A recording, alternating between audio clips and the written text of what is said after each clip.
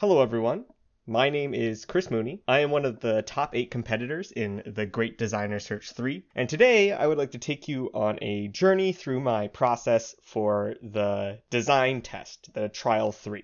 Let me tell you a little bit about myself. I'm a recent graduate from the University of Southern California with a degree in interactive media and game design. I've been playing Magic for close to 10 years now, and I'm very excited to be here. Reading about Magic design from people like Mark Rosewater is actually what inspired me to go to school for game design. So being a part of this contest is a huge dream come true for me, and I hope that I can help inspire others to go on and enter the exciting world of game design. Unfortunately, unlike a televised reality show, us contestants don't really get a chance to talk about our process beyond a small comment section that we get to make. So I thought I would make this video to give you guys at home a little bit of insight into my thought process and talk over the judges' feedback.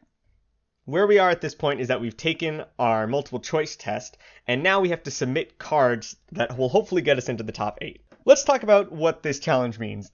This challenge is a little bit like a crossword or a Sudoku puzzle, where we have to design cards that meet all of these requirements, but the cards sort of cancel each other out or prevent others from being made, right? So if I make a white-blue creature, that means that my other creature has to be 2 colors that aren't white or blue.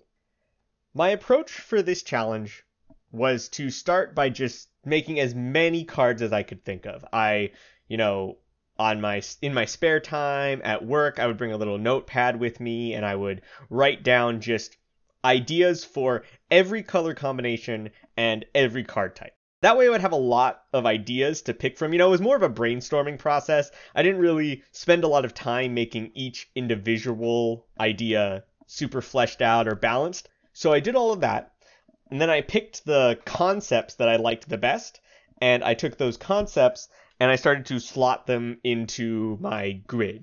So that was sort of my initial process. Before we get into the individual cards, there's one more thing that I want to talk about, which is that when I started this challenge, I had no idea sort of what they were looking for, right? You understand that you're trying to make good cards, but you want to stand out in the crowd. And I wasn't sure exactly what they were going to be looking for until I found this. So this page is the terms and conditions for the Great Designer Search 3.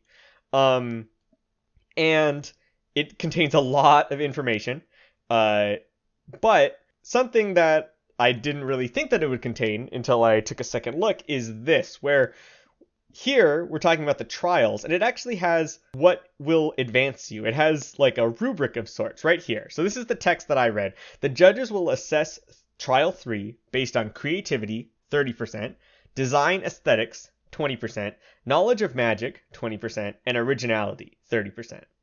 So they were looking for more creativity and originality than, design aesthetics or knowledge of magic. So if you submitted 10 cards that were perfectly printable, things that could go straight into a Magic set that we had done before, that they weren't going to really like that as much as something that was maybe a little bit risky, but way more unique. And knowing that really shaped what I ended up submitting, and it changed a lot of my designs from what my original plans were.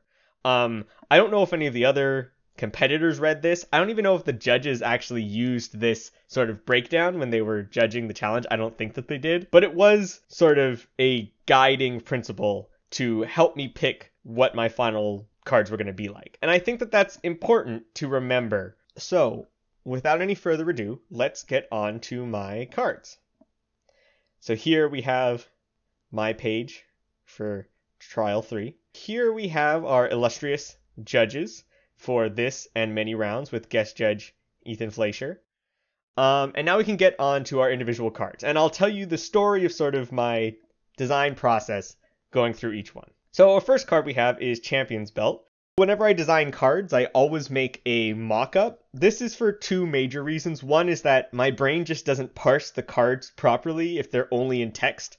Reading them off of the actual card face really helps me to sort of grasp the information better. And secondly, it helps me see how small the text is going to be if I put it in a text box. Something that Mark Rosewater talked about when he was going over these was that a lot of people just put way too much text on a card. And I think that doing a mock-up like this could have helped them realize that the text is so small that you would never be able to print it. And yes, we'll get to some of my cards later. Doing it this way, I think, is overall very helpful, but it did lead me into a couple of traps, which we'll talk about. So anyway, Champion's Belt.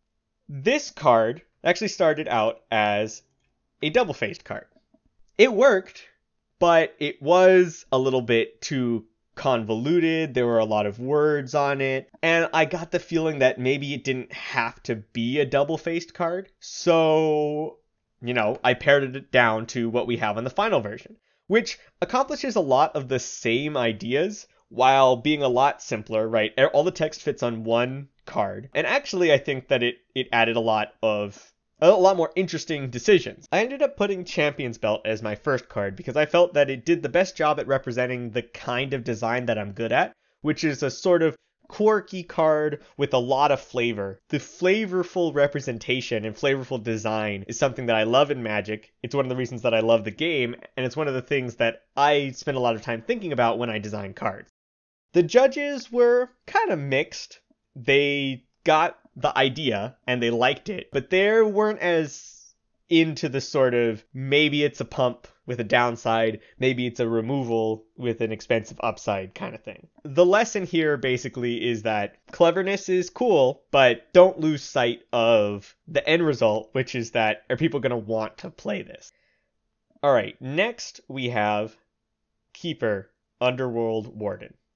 My thought process was sort of, hey, Planeswalkers, because they're mythic rare, have a lot more room for expansion than other card types at other rarities, right? If you created something that was super weird and out of the box, but you put it on a Planeswalker, it was going to be a little more acceptable. Mythic Rare in general is a place where there's more complexity is allowed. So I made the decision early on that I wanted to create 2 Planeswalkers, and each one had to do something that no Planeswalker had ever done before. Something that was interesting about this card is that right up until the last minute, it actually returned the cards immediately when it died. But after reading it again and again and again, I realized you could actually exile permanents permanently by using that old Oblivion Ring glitch. If you used that final loyalty ability to exile a permanent, Keeper would actually die before that ability resolved, so that permanent would be gone forever. And it was sort of a choice whether or not it was a good idea to allow that as functionality, because it could be kind of interesting, or to just make it cleanly return everything. Eventually I went with the latter. It just was a safer card, and it also, the old wording, it wasn't necessarily clear that that was the intent. The judges might mistakenly believe that I just missed it, and I miss enough rules problems as it is. I don't need to be creating those problems for myself. The judges on this card were pretty positive. Everybody liked it except for Ethan, who, based on his comment, I feel kind of just misread the card. Didn't realize that this final ability was here and was actually a 4th ability. Overall, pretty successful card. Maybe it should have been my number 1. Who knows? Alright, next up we have One Shot Saboteur. This is actually one of my favorite designs of the 10, but it also got a lot of criticism. So let's talk it through together. The idea for this card came from some other electronic card games where certain creatures have abilities that only happen one time. We sort of have that in Magic, but we always have to use counters, either removing them or adding them, in order to track things. We don't really get to have the luxury of having a computer remember stuff for us. So I wanted to explore the idea of, hey, what if we used something else? What if we used cards to represent it? What if we exiled a card and then we drew it later? And then it was done. We didn't have to remember that ability anymore. Everybody sort of seemed down with that idea. They didn't like what I chose to do with the first part, though, which is look at the bottom 2 cards instead of the top 2 cards. So originally, this card did look at the top 2 cards. But the problem was that you would always exile the worst card of the 2. And that just didn't seem very fun. The card wanted to be a card that encouraged you to attack and draw your cool card, but instead you were always using it to just bin like an extra land. Sometimes you would be forced to put a good card underneath it, but that didn't feel good either. It felt like, oh, great. Well, I was going to draw that card, but now it's trapped underneath. So the obvious solution would be to put the other card somewhere else. Well, we can't put it in exile. What are we going to put it on the bottom of the library, in the graveyard? Like, there's options, but all of those options added at least another line of text to the text box. For a common, that's a lot. This card already has a lot of text on it. Then I sort of stumbled on this idea. Hey, what if we looked at the bottom two cards? Then you wouldn't even have to say what to do with the other one. You would just leave it on the bottom, and you would always get to draw the better of the two cards. Seemed like a really fun solution to me that sort of solved the problems that the other versions were having while keeping the word count down. Now here comes the lesson. The lesson is that, especially when we're talking about the Great Designer Search, nobody judging these cards is ever going to put these cards in a real Magic text box. They're just going to go sort of by feel. The text of this card, even though it takes up a lot of space, it doesn't feel that long. If I had just looked at the top two cards, and put one in the graveyard or one on the bottom of the library, I don't think anyone would have said anything about the length of the text. And it was my own sort of desire to be simpler that actually landed me in a less ideal design space. Overall, this is still one of my favorite cards of the set. But in hindsight, I do wish I had gone with the more standard wording, just so that it would not draw attention to its own weirdness. Alright, next up we have Borrowed Time. So the original version of Borrowed Time simply said, take a beginning phase, then skip your next beginning phase. That was cool, it was definitely splashy, but as far as I could tell, there was just no way to make it actually work within the rules. That's an unset card. So when I realized that that design wasn't going to work, I said, hey, what if we just simulated a beginning phase? You untap your stuff, you draw a card, you missed out on your upkeep, but overall that sort of had a very similar effect. So you might think that I would stop there, but in fact, I went a step further. So this much more complicated version of Borrowed Time essentially lets you either take a beginning phase and skip your next one, or take a main phase and skip your next one. The actions that you could take in your simulated main phase made the card feel a lot more green than it originally did, but ultimately the problem was the fact that you get two main phases a turn meant that you didn't really lose out on that much. Then I was like, maybe you skip all your main phases in the next turn that you take. And then I was like, this is getting too complicated. What if we just went back to the simple version where you only cared about your beginning phase? And I think it worked out really well. I agree with Melissa that it could be pretty dangerous. I don't know if untap all your permanents is an effect that we can ever have that is this efficient. But I do think that it might be interesting design space to explore. Up next, we have Shared Custody. So the original version of Shared Custody was called Protective Custody, and it was literally just a mind control that was also a pacifism. This version of it also had hexproof because I thought that was sort of a flavorful and kind of interesting effect to stick on it, but ultimately that's all it did. It stole a creature, but then it made it not attack or block. So this design was fine, but thinking back to those criteria, I felt like it wasn't really creative or original. It just sort of combined two effects that we often saw on blue and white enchantments. I thought that this version of the design opened up a lot of interesting space to play in multiplayer. You could take control of somebody else's creature, but since they still allowed or disallowed it to attack or block, the two of you would sort of have to work together to get it into combat if you wanted it to do something. This is probably the first card that the judges just didn't care for whatsoever. Honestly, I can't really blame them. I still think that this card could be a pretty interesting pacifism variant in a set that needs a pacifism variant, but I'm not really going to spend a lot of time defending this card. I do think it kind of ended up a lot less cool than I originally planned, and as the judges said, it's not really going to be worth the amount of trouble that it causes, which I think is a pretty important lesson that I learned from this. Even if your card creates a couple of interesting decisions and a couple of interesting games, if it more often than not plays out like a normal card with a lot of extra text, it's probably not worth printing, and you need to think about what the purpose of your card is. Alright, let's get this out of the way first. True Love's Kiss is a bad design. But I think it's important that we talk about why it's bad. And the reason that I feel like a lot of people might be missing. And this isn't just with my designs, but with a lot of people's designs. People are asking sort of, hey, why is this what seems like a really bad design making it through to the top 8? And the reason is, again, we can go back, this right here. The judges are looking for creativity and originality over design aesthetics and knowledge of Magic. Now, that doesn't mean that knowledge of Magic and design aesthetics aren't important. They are still very important. But a lot of the people in the top 8 have cards that focus on creativity over design aesthetics. I'm not saying that that makes those designs good, because it doesn't. I'm not saying that True Love's Kiss is good, because it's not.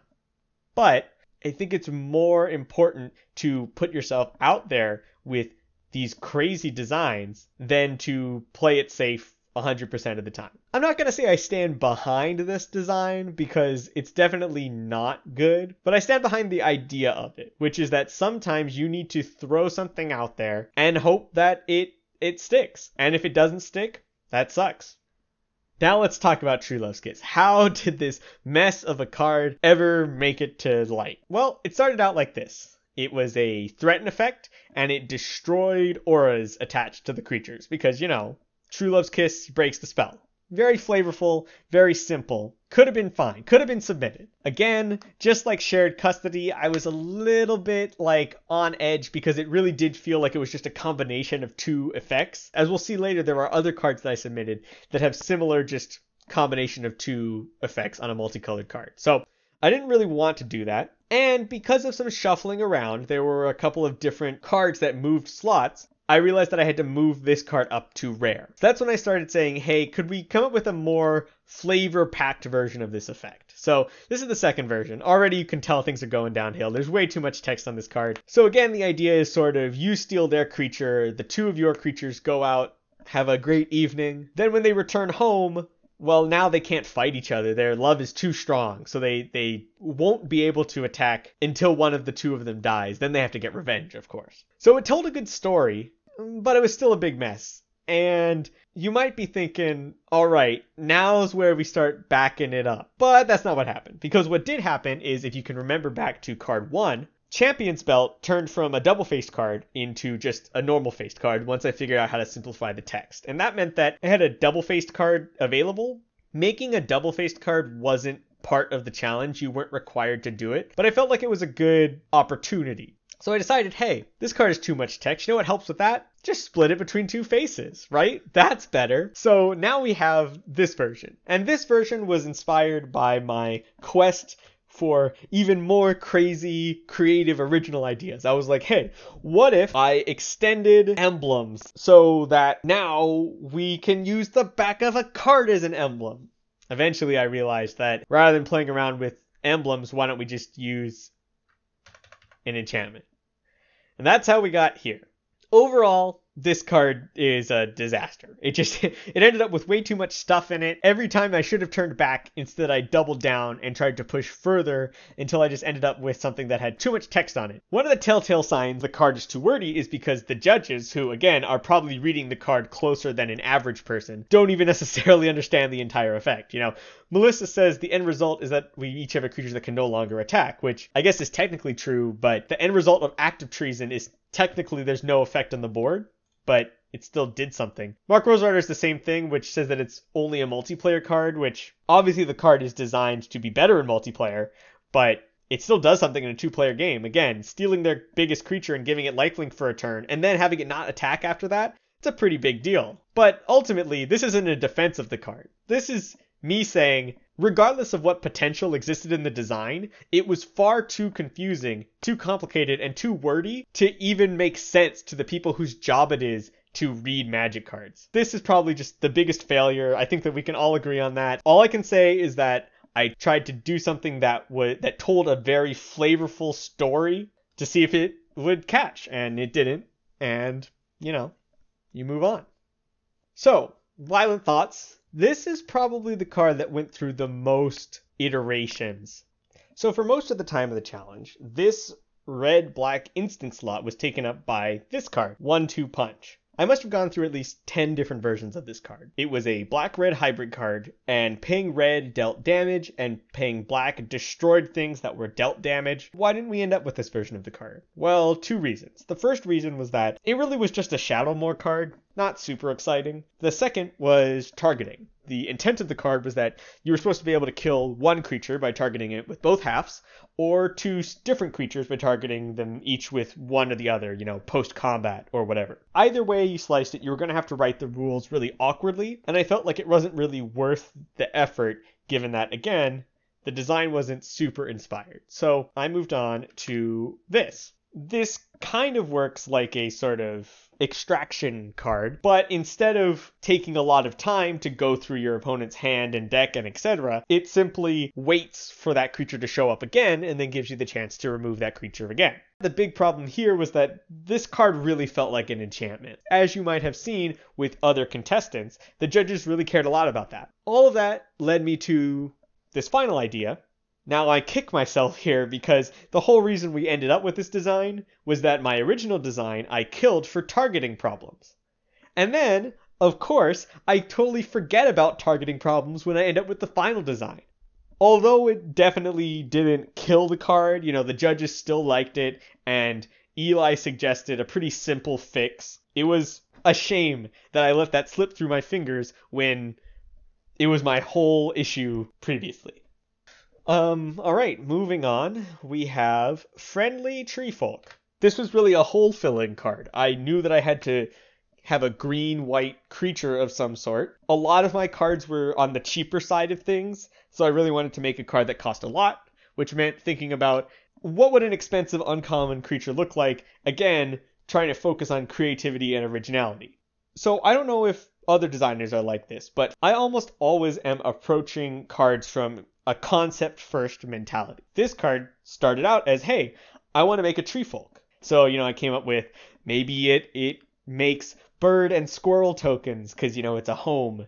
Maybe it is a friendly Treefolk that gives out gifts to your opponent's creatures, but then they can't attack or block them. Then I stumbled on this one. After a quick search, I realized that this text had never actually been written on a Magic card before. The main problem with this card in terms of learning is, like Eli says, the entire point of the card focuses on this weird interaction.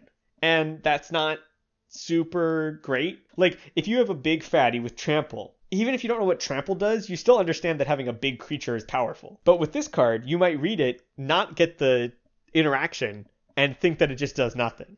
It seems pretty obvious now, and I do remember when making this card thinking that it could cause some confusion, but that always seems like a minor problem to me, whereas the judges seem to take it as a huge issue with the card. So this was an important lesson to learn. If a weird rules interaction is the entire focus of your card, that means that it's probably not an uncommon. Alright, moving on. Here we have one of the crazier designs, which is Quill, Spelllord. Way back when I talked about Keeper, I talked about how I wanted to have 2 Planeswalkers, and I wanted each of those Planeswalkers to do something different. Keeper ended up being the one that was sort of a traditional Planeswalker with an added death trigger. So with Quill, I wanted to say, hey, let's only do 3 abilities because we don't want all of our unique Planeswalkers to have 4, right? We need to be able to make sure that we can come up with a creative idea that only uses 3 abilities. And let's make that first ability the loyalty gaining ability. So blue-red Planeswalker wants a triggered ability that gains loyalty. It seemed pretty obvious to go with an instant or sorcery theme. Mostly because we've had 3 blue-red Planeswalkers so far, and none of them have cared about instants or sorceries. And in case it isn't clear, I'm a big instant and sorcery fan. So I really wanted a Planeswalker that would play into that space. So as I was doing that, I kind of realized, hey, if we're already using a triggered ability to gain loyalty, what if we used that same trigger to activate the abilities?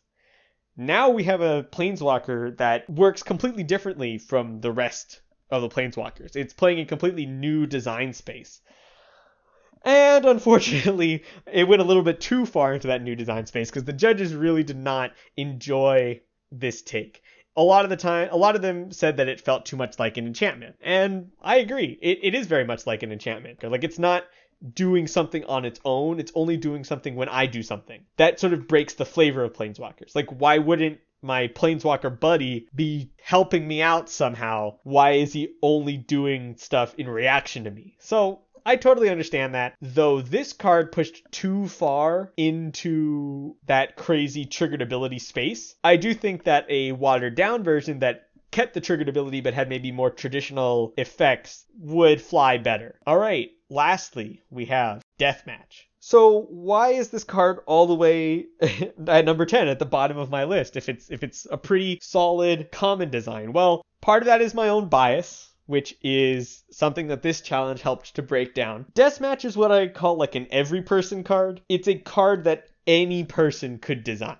Go out onto the street, the imaginary street where all the Magic players walk down, and just ask somebody, hey, I need a black-green sorcery. And I figure that tons of people will be able to come up with this card. That doesn't mean that it's a bad design, but it does mean that I'm not super confident putting it high up on my list. In this challenge, you were not meant to create 10 cards that you could print right off, like, in the next core set. You were meant to create 10 cards that showed off your creativity and your originality. And this card, for as good of a design as it is, it doesn't do that. Now, obviously, in hindsight, it probably should have been higher, just as another example of a clean design, which I was really missing. My strategy for ordering my cards was to make sure that I spread out each card type, each rarity, everything, so that there were never like a chunk of cards that all felt similar. I already had One-Shot Saboteur pretty high on my list, because I thought that design was really clean. So I figured that I would put my other common more towards the bottom of the list. Again, in hindsight, I moved it higher up, but ultimately, I don't think it was that big of a deal. I don't have too much more to say about this card. I think it's, it's simple, it's solid. That makes it good for a common. It's very black-green in just sort of a we combined two abilities sort of way. Although, I do think it's funny that 3 of these judges made it very clear that, like, oh, we could not do this in mono green, but Melissa's the only judge who was like, no, we can totally do this in mono green. So that was kind of funny.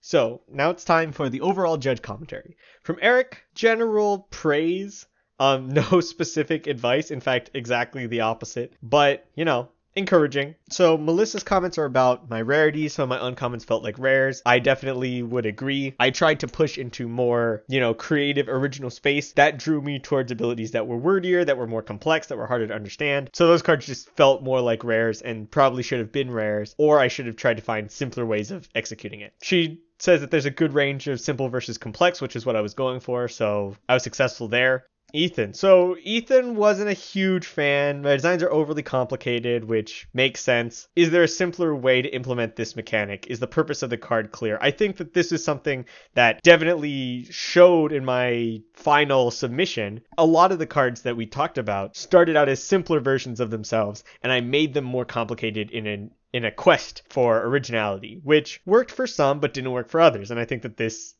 criticism shows that came out. But lastly, we have to talk about Mark Rosewater's comments. So, my biggest issue with your designs is that you didn't have enough respect for the craft of design. This has got to be the most gut-wrenching and most motivational comment that I've ever received from anyone. I mean, to put this in context, I grew up reading Mark Rosewater's articles. It's what got me into game design. I went to school to study game design. Now, to hear from the guy who inspired me to join game design that I don't have enough respect for the craft it's a hard hit to take. I mean, that's literally like if you grew up learning about President Obama and then you went to school to study political science and you meet him and he says, you don't have enough respect for America. Like, that is just, oh man. This comment affected me very deeply, and it was definitely in the back of my mind for the rest of my time in the competition. That proving that I could respect the craft of design was a big drive for me. And so I hope that I succeeded in that. Whew. Overall, I mean, it was rough. Clearly, there was enough in there that they liked, that they decided to bring me into the top 8, which I'm super thankful for. But again, hearing that I don't have respect for the craft of design after dedicating my life to it, but that's the kind of kick in the pants that you need to, push forward. Thanks for sitting with me and listening to me talk about my designs. If you liked this video, if you have any feedback, you can leave a comment, like, subscribe, all that stuff. You can find me on Twitter, and ask me any questions if you have them. Let me know if you want to see more different stuff out of this video series. Thanks for watching, everyone, and I'll see you all in the next round.